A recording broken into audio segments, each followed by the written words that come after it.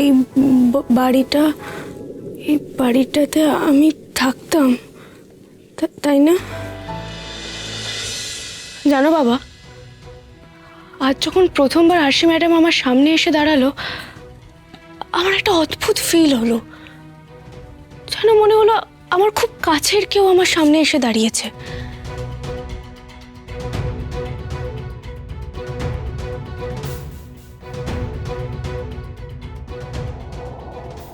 But unfortunately আরশি ম্যাডামের তো কিচ্ছু মনে নেই। 23 বছর আগের জীবনটা ওনার মেমোরি থেকে পুরোপুরি মুছে গেছে। তুমি জানো ওনার বাড়ির লোক কত মনে করানোর চেষ্টা করছিল, বাট উনি পারছেন না মনে করতে।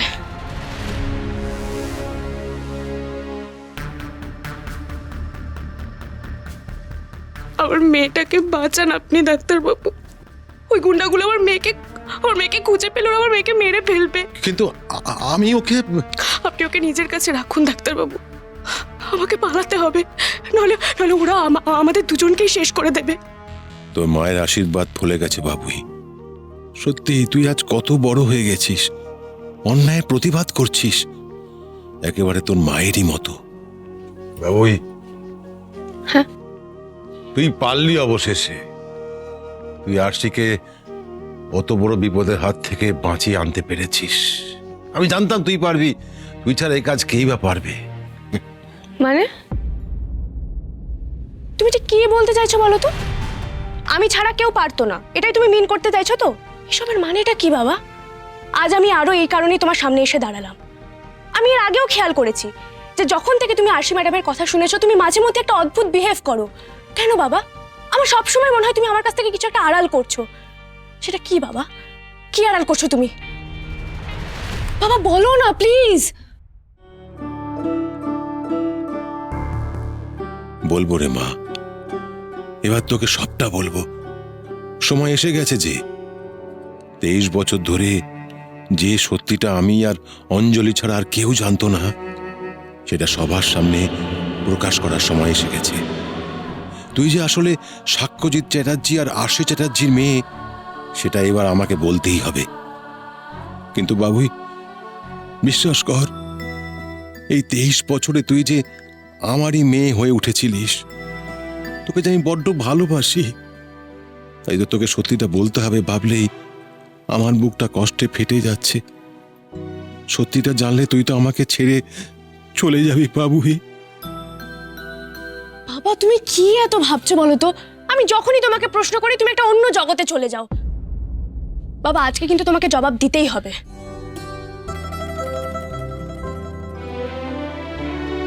বাবা তুমি কাঁদছো? বাবা বাবা আই এম সরি, আমি তোমাকে কষ্ট দিতে চাইনি বাবা। তোমার মনে হচ্ছে তো আমি আবার সন্দেহ করছি যে আমি তোমার মেয়ে কিনা? বিশ্বাস করো, আমি সেই বিষয়ে কিচ্ছু ভাবছি না। আমি জানি আমি তোমারই মেয়ে। আমি শুধু... এখনো সত্যিটা লুকিয়ে রাখবে?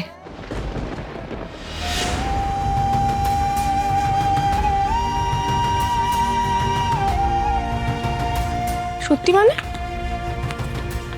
কোন সত্যি?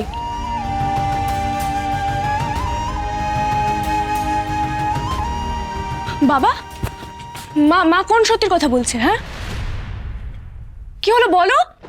আরে কি হলো? কেউ কিছু বলবে আমাকে? কি সত্যি, কোন সত্যি? বাবুই, আমি তোর আর তোর বাবার কথা সব শুনেছি। আমি এটাও জানি তুই কিভাবে জয়জিৎ সেন শর্মার বাড়ি থেকে আরশিকে উদ্ধার করেছিস।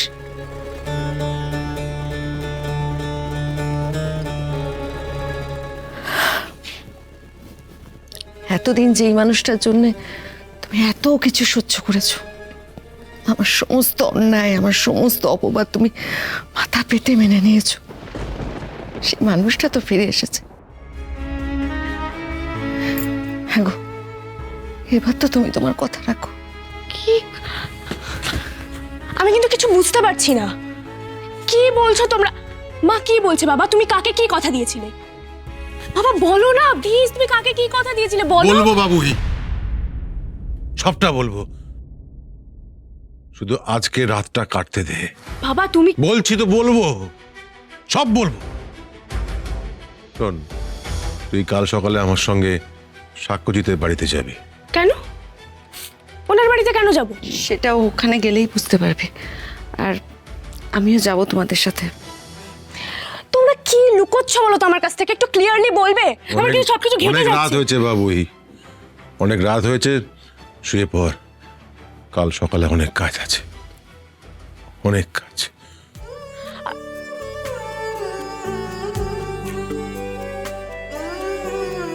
কাল তো তুই চলেই যাবি বাবুই, আজকে রাতটুকু না হয় তুই আমার কাছেই থেকে যা।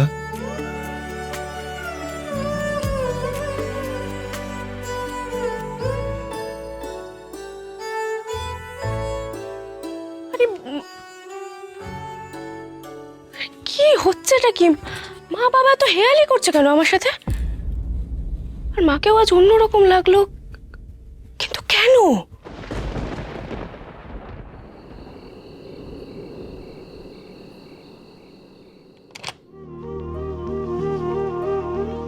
এসো।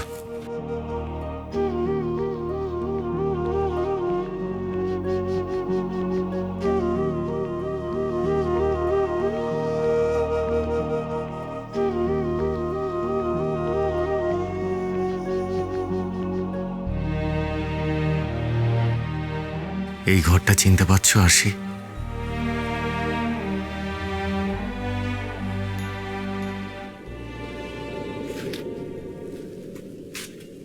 কি হলো, কিছু মনে পড়ছে তোমার? হ্যাঁ,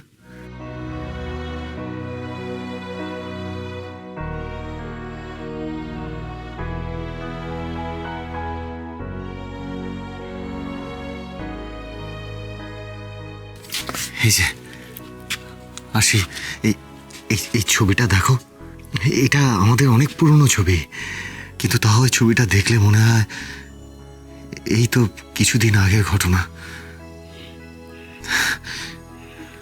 দেখো দেখো, এই যে তুমি।